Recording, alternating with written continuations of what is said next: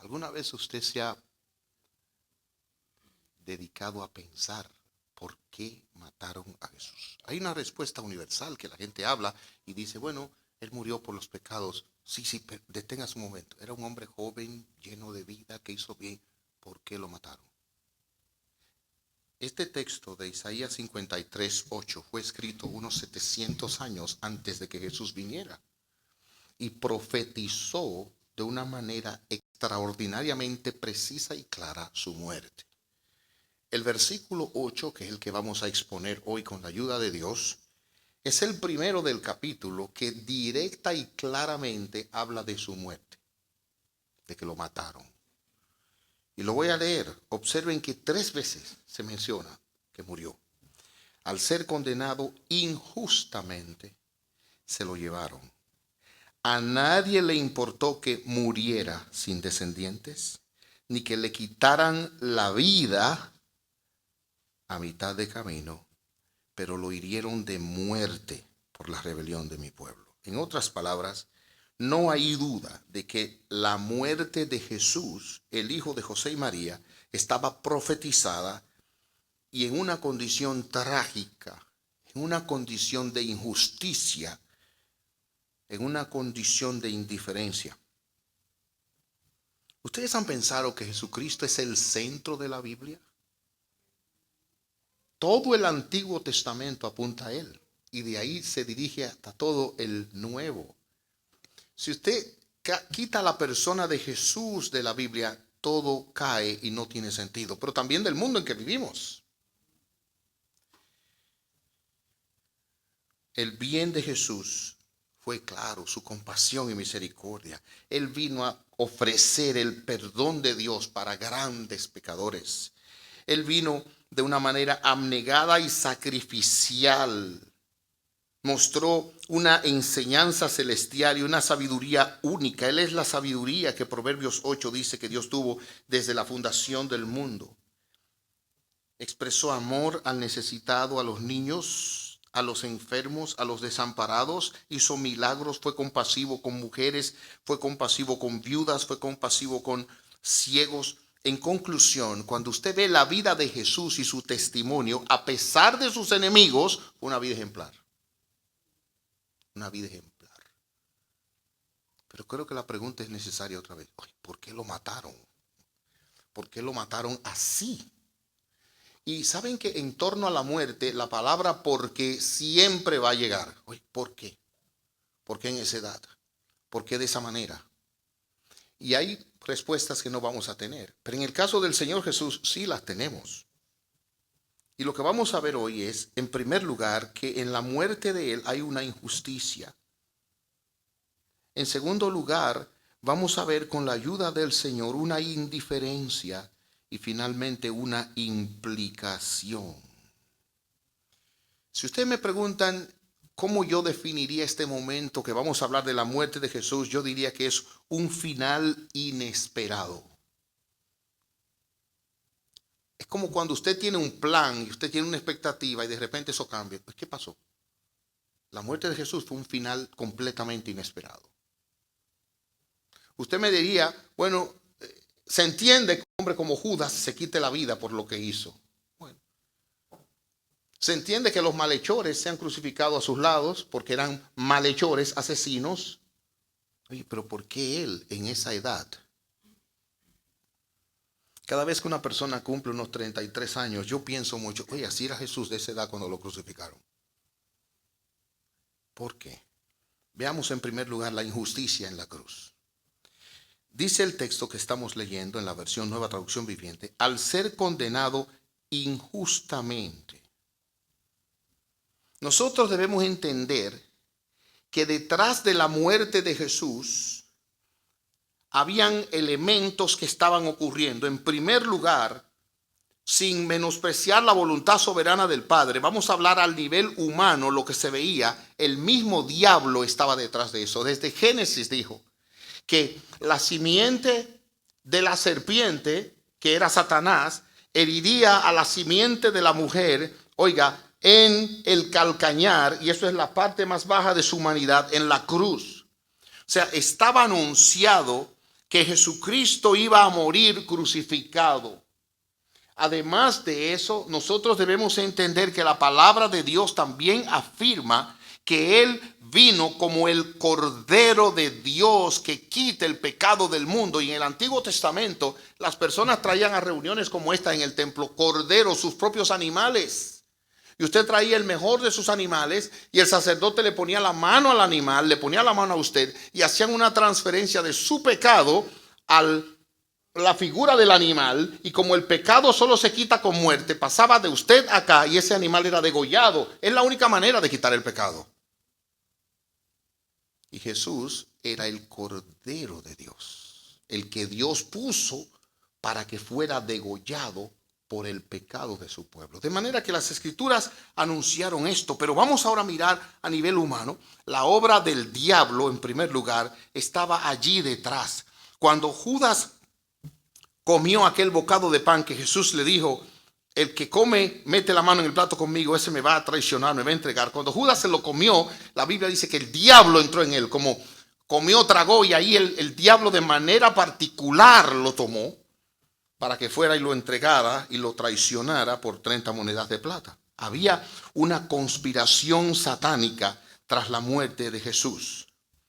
Igualmente, cuando nosotros nos encontramos con el juicio por el que pasó Jesús, nosotros encontramos también que hubo un complot maligno donde no le hallaron falta.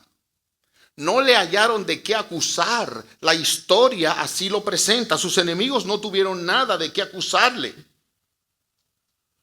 Y durante el juicio de Jesús se violaron varios aspectos que muestran la injusticia del juicio. Noten, en primer lugar, la violación de las reglas del soborno. La Torá prohibía a los jueces aceptar sobornos, y todos nosotros sabemos que el soborno es malo, aunque sabemos que, como dice el proverbio, abre puertas. Pero está mal. Judas fue sobornado por los líderes religiosos. Y hermanos, entiendan una cosa, por favor entiendan, el hecho de que hayan iglesias no significa que estamos en el cielo. Hay muchas iglesias que son una cueva de ladrones, de estafadores, gente que no sabe lo que está haciendo, sino haciendo daño. No nos conformemos con venir a la iglesia. Vengamos. Tenemos que venir. Pero tenemos que venir a encontrarnos con Dios y a buscar a Dios por el ministerio de su palabra. Cada uno individualmente. Judas no pudo devolver el dinero. Hubo soborno. Además de eso, llamaron falsos testigos. Personas que vinieron a acusarlo injustamente y dijeron mentira contra él. Conocí la historia de un hombre que pasó 30 años en la cárcel. Y cuando salió, lo fue a visitar el policía que lo implicó. Y fue y le pidió perdón. Y le confesó que lo había implicado bajo la presión de sus autoridades en el momento. Pero siendo inocente, 30 años de su vida lo pasó tras las rejas. En el caso de Jesús usaron testigos falsos. Y la cosa no era meterlo preso, era quitarle la vida, colgarlo en la cruz, que muriera desangrado y asfixiado. Hablaron mentira esos testigos. Pero además de eso, a Jesús se le dio la oportunidad de hablar, pero él no habló. Y su silencio hablaba más que cualquier cosa que dijeran, porque escúcheme bien. Óigame bien esto, por favor, que esto es muy importante. Cuando una persona no le va a creer, no importa lo que usted le diga, no le va a creer. Por eso muchas veces es mejor no darle razón a nadie, porque los amigos no necesitan razón. Y los enemigos, no importa lo que usted le diga, como quiera no le creen. En el caso del Señor Jesús, no le creyeron. ¿Y qué hizo? Se quedó callado y su silencio habló de la injusticia a la que fue sometido. En otras palabras, Jesucristo fue condenado de la noche a la mañana a la muerte capital, con un juicio mal hecho, con testigos falsos y con soborno de por medio. La muerte de Jesucristo, humanamente hablando, fue injusta, totalmente injusta. Y yo le pregunto a usted, ¿alguna vez ha sido usted objeto de injusticia en esta vida? ¿Alguna vez le han tratado injustamente? Bienvenido a aquellos que han sido como Jesucristo. Él también fue tratado injustamente. Y por lo tanto, como cantábamos, Él puede compadecerse de los que han sido tratados injustamente. Él está cerca del corazón de los que han sufrido injusticia, porque Él fue tratado con injusticia. En segundo lugar, aquí hay también una indiferencia. Mire cómo dice el texto: a nadie le importó que muriera sin descendientes, ni que le quitaran la vida a mitad de camino. Este es uno de los textos más difíciles de la Escritura para interpretarlo, porque otras versiones, como la Biblia de las Américas, oiga cómo dice: ¿quién tuvo en cuenta que él fuera cortado de la tierra de los vivientes por la transgresión de mi pueblo, y a quien correspondía la herida? Y otros dicen que fue quitado. Y en cuanto a su generación, ¿quién tuvo en cuenta esto? Y una interpretación puede ser la siguiente: los que estaban matándolo, los que estaban crucificándole, no tenían ni idea de la crueldad que estaban cometiendo, pero sobre todo de que el plan de Dios se estaba cumpliendo para redimir a todo su pueblo. Es decir, estaban actuando y ni idea sabían de lo que estaban haciendo. No tenían idea de a quién le estaban quitando la vida. Pero el texto nuestro dice: a nadie le importó, y para los fines es lo mismo. En otras palabras, hermanos, la muerte de Jesús para esas personas fue como matar a cualquier otro malhechor. Fue como quitarle la vida a una persona que venía a molestarnos. Fue como quitarle la vida a una persona que venía y nos acusaba con su presencia y con lo que hiciera. Como una persona que venía a deshacer nuestros intereses.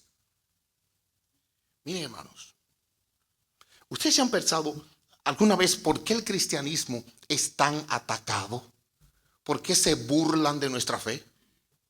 ¿Qué daño hace el pueblo de Dios? ¿Qué daño hacen los hijos de Dios? Piensen en la historia. En cualquier área donde lo vea, va a encontrar hombres y mujeres dignos, sacrificados, haciendo el bien, los verdaderos hijos de Dios. Sin embargo, la fe cristiana, la gente se burla de ello. Y si no, vean la inauguración que pasó recientemente en unos juegos. ¿Por qué? Hermanos, porque hay una hazaña, hay una enemistad real. Es porque hay una enemistad, hay un odio real entre las tinieblas y la luz. El hecho solo de que usted diga que cree en Jesucristo y que sigue a Cristo ya lo hace merecedor del rechazo de otras personas. Nada más por eso. Hermanos, yo voy a decirlo y lo digo con pena, lo digo con dolor. Hay personas cercanas a mí que me odian solamente porque yo sigo a Jesucristo. Y nosotros tenemos que entender que hay un precio a pagar. Jesús dijo: si eso han hecho con el tronco, ¿qué no harán con las ramas? Imagínense un árbol. Cortan el tronco, las ramas se vienen para abajo también. Hubo una indiferencia cuando mataron a Jesús. Y en la muerte de Jesús, hermanos, oigan ahora, sus discípulos con los que él vivió los 3 años y medio aproximadamente su ministerio, todos lo abandonaron. Solo Juan, el discípulo amado, estaba al pie de la cruz y los demás estaban corriendo, escondidos. Ahí, ¿quiénes estaban? Bueno, los soldados que lo fueron a matar, algunas mujeres que miraban de lejos, pero también estaban los espectadores curiosos, para los cuales la crucifixión era un espectáculo, como usted ver hoy una película de misterio. Lo único que no le daba misterio, sino placer. Oigan este dato. Cuando Jesús murió, el cielo se oscureció. Es como si Dios el Padre dijera: no quiero ver. La tierra tembló y los muertos salieron. Pero todo eso lo hizo Dios el Padre. Para los hombres, este no era nadie. Fueron indiferentes. Permítame compartir unos datos. Hace no mucho tiempo una reina murió No voy a decir quién fue, pero como 2,000 personas asistieron a su funeral. Y según los datos de una reputada agencia de prensa, millones de personas alrededor del mundo siguieron en diferentes plataformas el funeral en vivo. Pero cuando murió el Hijo de Dios, nadie lo siguió. ¿No les llama la atención? Y si había una legión de ángeles mirando desde el cielo, el Padre cerró la cortina y dice, se acabó. Tinieblas. ¿No les llama la atención que Él, siendo quien fue, haya muerto en tanta injusticia, pero también haya muerto con tanta indiferencia de la gente? Ahora, más que esto, para mí es sorprendente el hecho de que Él murió siendo tan joven. Había personas que mostraron interés por Jesús. Poncio Pilato quiso librarlo y le dijo a la gente, yo no veo nada de condenación en Él. Como quiera lo mataron. Simón Pedro lo siguió, pero llegado un momento hasta lo negó. No hubo ni un solo testigo que hablara a favor de Jesús, ni uno solo. Ni un ciego que Él sanó, ni un paralítico, ni un muerto que resucitó se apareció para defenderlo.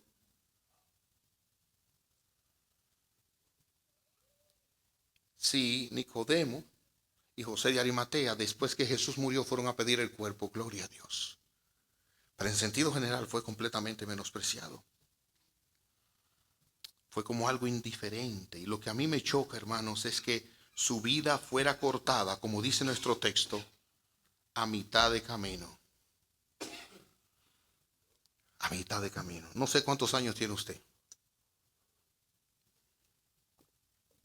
Pero una persona crucificada con 33 y algo de años, condenado a la pena capital, es una tragedia. Es una tragedia. Es la mitad de mi vida. Y yo me siento nítido, de 25. Pero de 30 y algo se llevaron a mi Salvador. Yo no sé usted, pero para mí eso es como wow. Wow.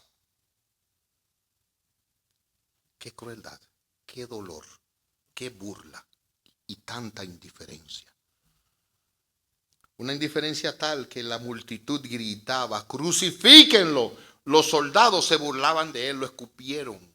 Los mismos malhechores se burlaron de él, mientras él agonizaba y era torturado. Otra vez, de verdad, un final totalmente inesperado.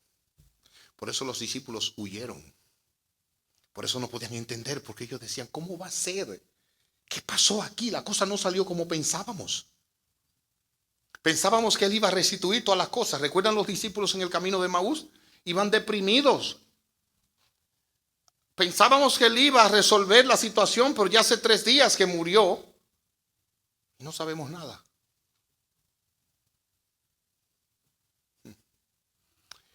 Perdónenme la inferencia, los que se sientan mal. Pero hace pocos días un país en Latinoamérica tenía sus elecciones y cuánta gente tenía esperanza de que hubiera un cambio que restaurara todas las cosas. Y cuando no fue así, como wow. Imagínense los discípulos entonces. Le mataron a su Salvador. Lo colgaron de una cruz y lo vieron bajar de ahí muerto, un cadáver, sucio de sangre, maloliente. De verdad no era el final que esperábamos. Y les diré una cosa más, mis amados hermanos, nosotros también no sabemos el final que nos espera. Ahora, de que vamos a llegar a un final, vamos a llegar a un final. Y esta vida muchas veces está visitada de finales inesperados. Personas que se juran amor en el altar y de repente pasa algo y usted se ve que son enemigos. ¿Y qué pasó? Hijos enemigos de los padres los crían. Los padres, oiga, los forman, le dan educación, amor, se sacrifican por ellos y de repente el muchacho sale enemigo. ¿Qué pasó? No me olvido del caso de estos padres cristianos, buenos hermanos. Habían criado sus hijos y ahora el mayor estaba listo para escoger la carrera a la que iba a dedicar su vida. Para gozo de los padres y de la iglesia donde el papá era pastor, el muchacho iba al seminario a prepararse para también servir en la iglesia de Jesucristo. Días como estos eran. Llegó el día de que fueran juntos y el papá con ese gozo se prepararon todo para llevar a su hijo a la escuela donde iba a estudiar teología. Y esa mañana salieron bien temprano cuando todavía era oscuro. Y no habían transitado una larga distancia cuando un camión se salió del camino, los invistió de frente y los mató a los dos en el momento. Esta vida está llena de finales inesperados. Y si toda nuestra esperanza estuviera aquí, entonces somos los más dignos de conmiseración y fracasados. Pero aquí hay una implicación. En esa muerte de Jesús, alguien que no estaba presente a los pies de la cruz ni que vivió en los días de Jesús, estaba directamente implicado en la muerte de Jesús. Y ese es usted, si usted ha creído en Jesucristo. Lea lo que dice el texto. Al ser condenado injustamente, se lo llevaron. A nadie le importó que muriera sin descendientes, ni que le quitaran la vida a mitad de camino. Oigan ahora, pero, y cuando ve un pero, deténgase, porque eso es un giro.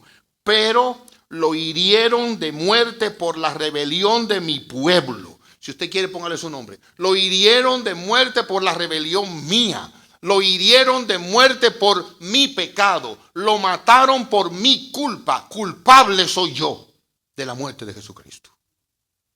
Y eso para mí es muy consolador, porque mi vida va a tener un final inesperado. Pero oigan en qué sentido lo digo. Cuando yo muera, porque yo he pecado, desgraciada y vergonzosamente he pecado. Pero cuando yo muera, y yo muera entendiendo con toda la capacidad que Dios me da, que merezco la condenación eterna en el infierno, inesperadamente abro los ojos en la bendita presencia de Dios, porque Jesucristo murió por mí injustamente, de manera indiferente, para salvarme a mí. Y eso para mí es como wow, wow. Y no solo eso, dice la Escritura, el que no escatimó, no economizó a su propio Hijo, sino que lo dio por mí, ¿cómo no me dará con él todas las demás cosas? Hermanos amados, si tenemos el don maravilloso del Hijo de Dios, y esa es la justicia. Hubo injusticia humanamente, pero no divinamente. La justicia de Dios al que no conoció, por nosotros lo hizo pecado, para que nosotros fuésemos hechos justicia de Dios en él. ¿Saben qué fue la cosa? Este fue el acuerdo. Dios dijo, yo tengo que condenar al pecador. Yo tengo que condenar al pecado. Y como el pecador no podía soportar la condenación eterna en el infierno, los que creen en él, el Padre trajo a su Hijo y lo condenó en el lugar de su pueblo. Y esto es lo que se llama la expiación limitada. Jesucristo no murió por el mundo entero. Él no murió por el asesino abusador que vivió impenitente y murió en su pecado. Él murió por los que creen y se arrepienten de su pecado, por la obra de la gracia de Dios. Y esos tienen asegurada la vida eterna. Por lo tanto, arrepiéntete de tu pecado y cree, para que tengas el final inesperado de abrir los ojos en la presencia de Dios. Dios tenía que condenar el pecado. Conocí la historia de un rey que estableció en su reino 2 leyes.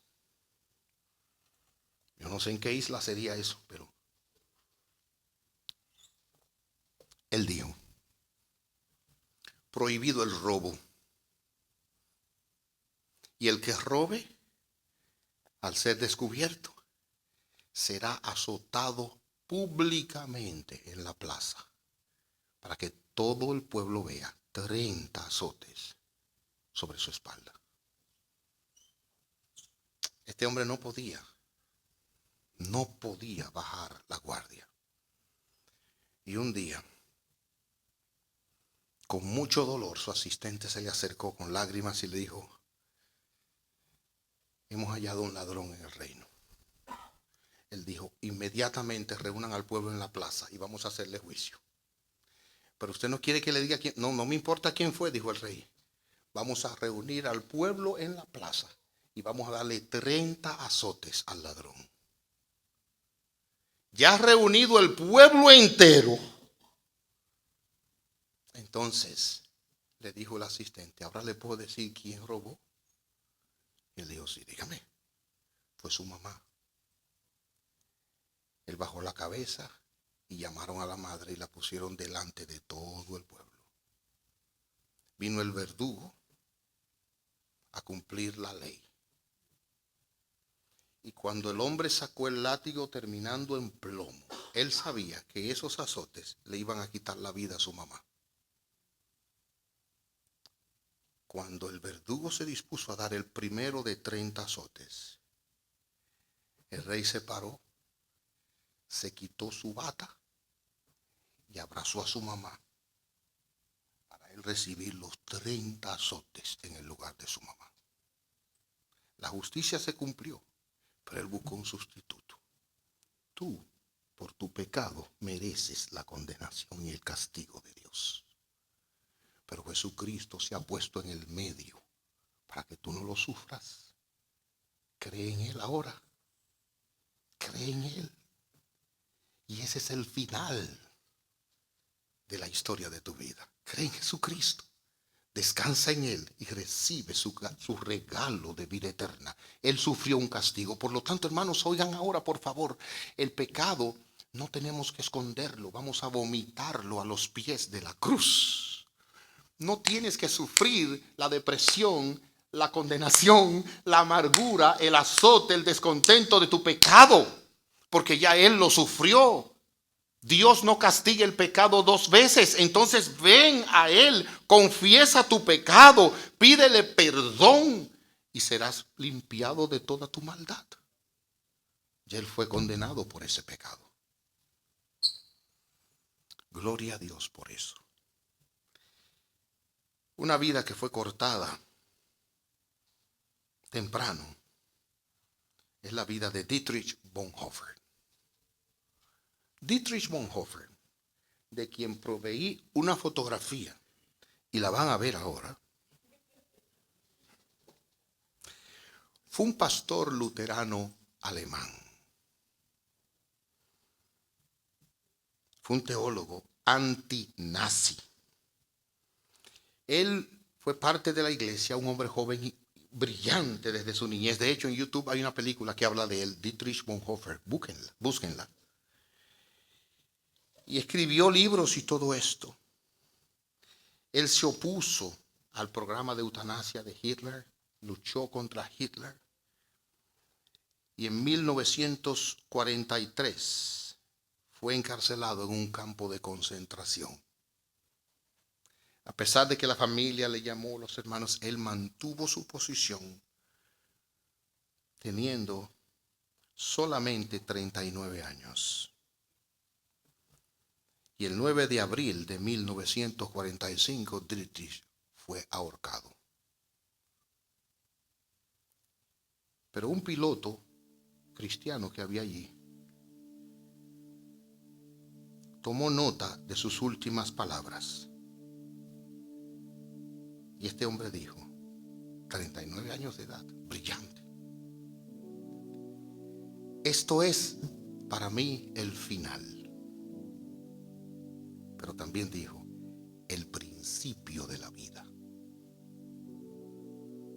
En este mundo vamos a sufrir injusticias, mis hermanos. Este mundo está lleno de gente chismosa, odiosa, pesada, locos y todo lo que usted le quiera poner. Vamos a sufrir injusticias de muchas maneras. El pecado está aquí, el diablo está aquí. Pero ¿saben qué? Algún día, si hemos creído en Jesucristo, partiremos de este lugar al principio de una vida plena en la bendita presencia de Dios. Yo a veces pienso que esta vida es como una piedra en el zapato. Usted no se puede quitar el zapato. Usted lo que tiene que buscar la manera de apoyarse, de manera que esa piedra no le duela mucho. Hasta que llega a su casa y se quita el zapato. Esa casa es el cielo. Porque en esta vida siempre habrá una piedra en el zapato, hermanos. ¿Ustedes no se han dado cuenta de eso?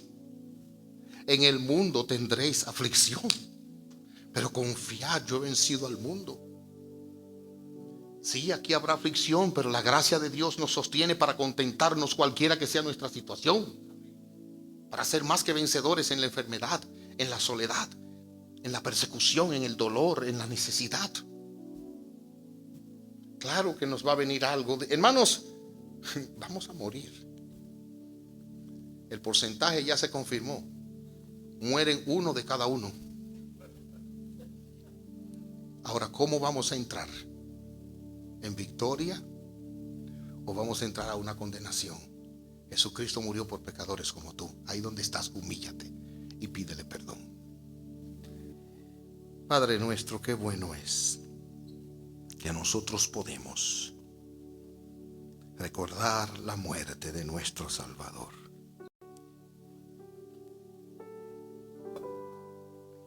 Sabemos que fue una muerte injusta, que hubo mucha indiferencia siendo quien era, pero sabemos que fue por nosotros.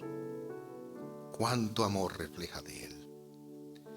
Y que nosotros aprendamos a entender que una vida joven puede ser usada por ti. Cualquier joven aquí, cualquier muchacha, muchacho, que no es verdad que tiene que perderse, puede ser usada para ti. Entonces ven, Señor, y ayúdanos a apartarnos de nuestro pecado, para que seamos un vaso útil delante de ti. El que está aquí mirando pornografías, el que está aquí con una doble vida, hablando mentira, engañando, que ahora se arrepienta y crea y sea lavado por tu sangre. Oh Señor, que comamos con limpia conciencia. En el nombre de Jesús. Amén.